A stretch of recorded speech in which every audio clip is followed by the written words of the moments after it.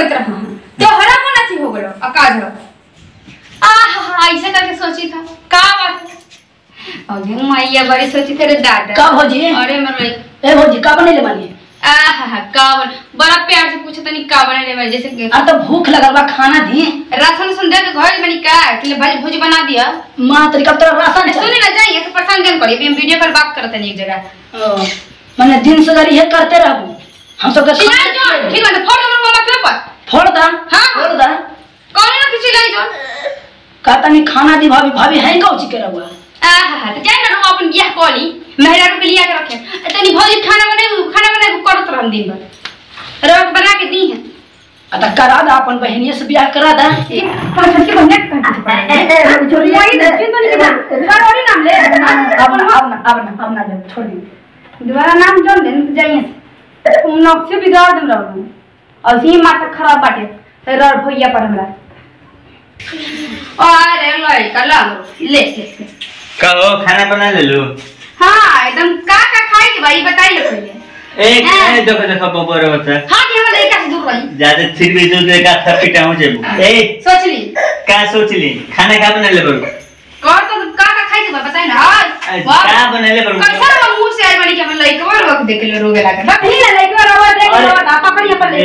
दे तनी काची बना ले बोल बोला ना तो हमरे को पसंद करके चल अरे बाप ए छोटू ले जा हो बबुआ के ए छोटा का भाई बता दो मुंह करी बन देखाई तो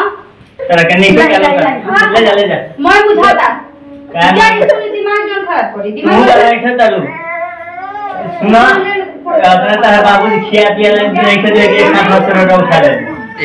ए सुना ना काजी तो अपन बहनी से बड़की से सेट करा दम ए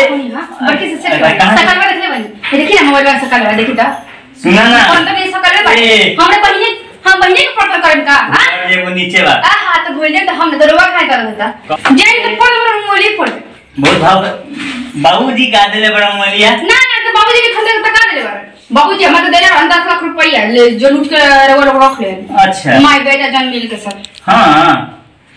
अब जाइए तो मुंह दिखाइएगा ठीक बा ऐसे से भेजा सुबह से के भेजा खराब कर बानी जो मुंह बहुत ठीक बा ज्यादा भाव खा तो मत अपना अपने बनैया पे ठुसी अपने खाई हम जाता नहीं ऐसा बड़ मार मारे चिल्लाई जब ठग के मुंह पे मोड़ दे अरे पुतवा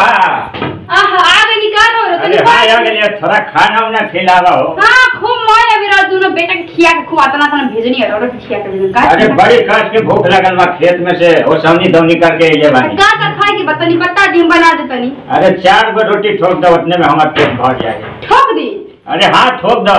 कैसे ठोक दी अरे बेलना चोकला पर ठोका लाया तो बेलना तो मैं ठोका ना बेला ला इतना नहीं भगवान बुद्धि देले का अरे हमरा माथा काला खराब कर हां सही बात गांव में तो रवा उहे खोइले बनी अरे हमरा खाना खिलावा ओकर बाद हम जाए सुनी अभी जाए ऐसे बड़े में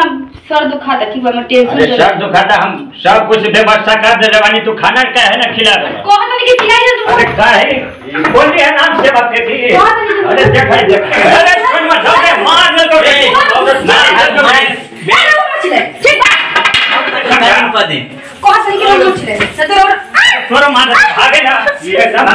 मार तो भागा था ना हमरो भागा गाड़ी वाला छड़ी तोरा न चाहिए तो चोरा तो मुझे समझ तेरा को मैं कहा तेरा नाम माने तो तुझे कहे से नमस्कार दोस्तों, हम भाव विकास बिहारी आप सभी को इस चैनल में स्वागत करते हैं। तो आप लोग अच्छे वीडियो कॉमेडी देखना चाहते हैं तो सब्सक्राइब करें, लाइक करें, बेल आइकन को दबाना ना भूलें।